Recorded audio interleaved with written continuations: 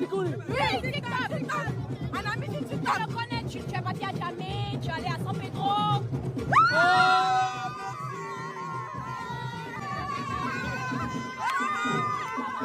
يا ولاد المغاربة عشقوا الصيفة كلشي جاي على رجليه، اللي جاي في الطيارة ولا في السيارة واللي جاي في البشكليت. يا ربي العالي كون معانا نجيبو الكوك ضافرين، وننزلو علامنا نديرو لا فيستا ونرجعو زايد.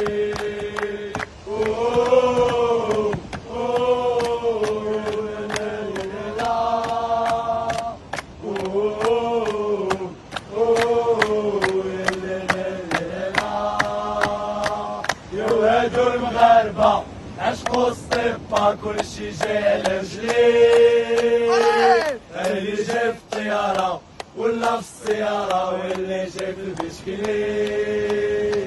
يا ربي العالي كون معانا نجيبو الكوك ضافرين، ونهزو اعلامنا نديرو لا فيستا ونرجعو زايد.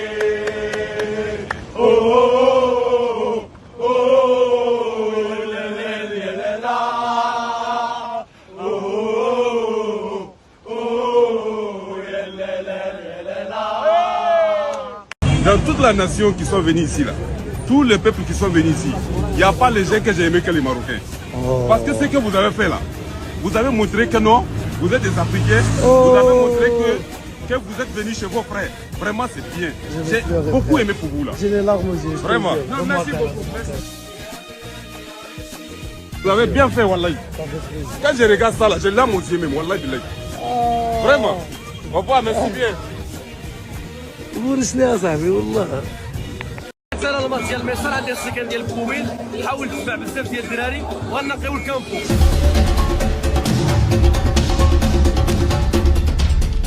كان كيجمع الزبل ويلقى صحتك.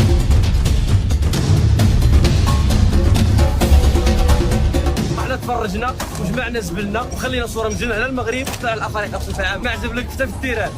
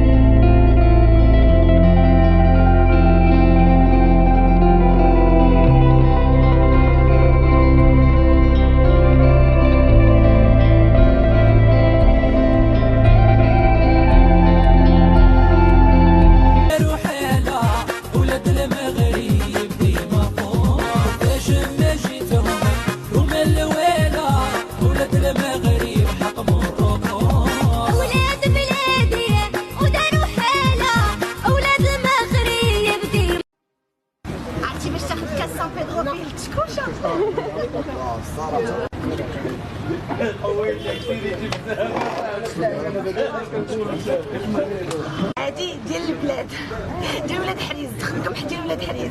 موافق كنعيش في كوت ديفوار من 2014. الفكره هو انني حاولت نوجد معايا كل ما هو كيحتاج للفطور المغربي باش معايا من ابيجان باش نتلاقاو مع سي صابر ويفطر معانا.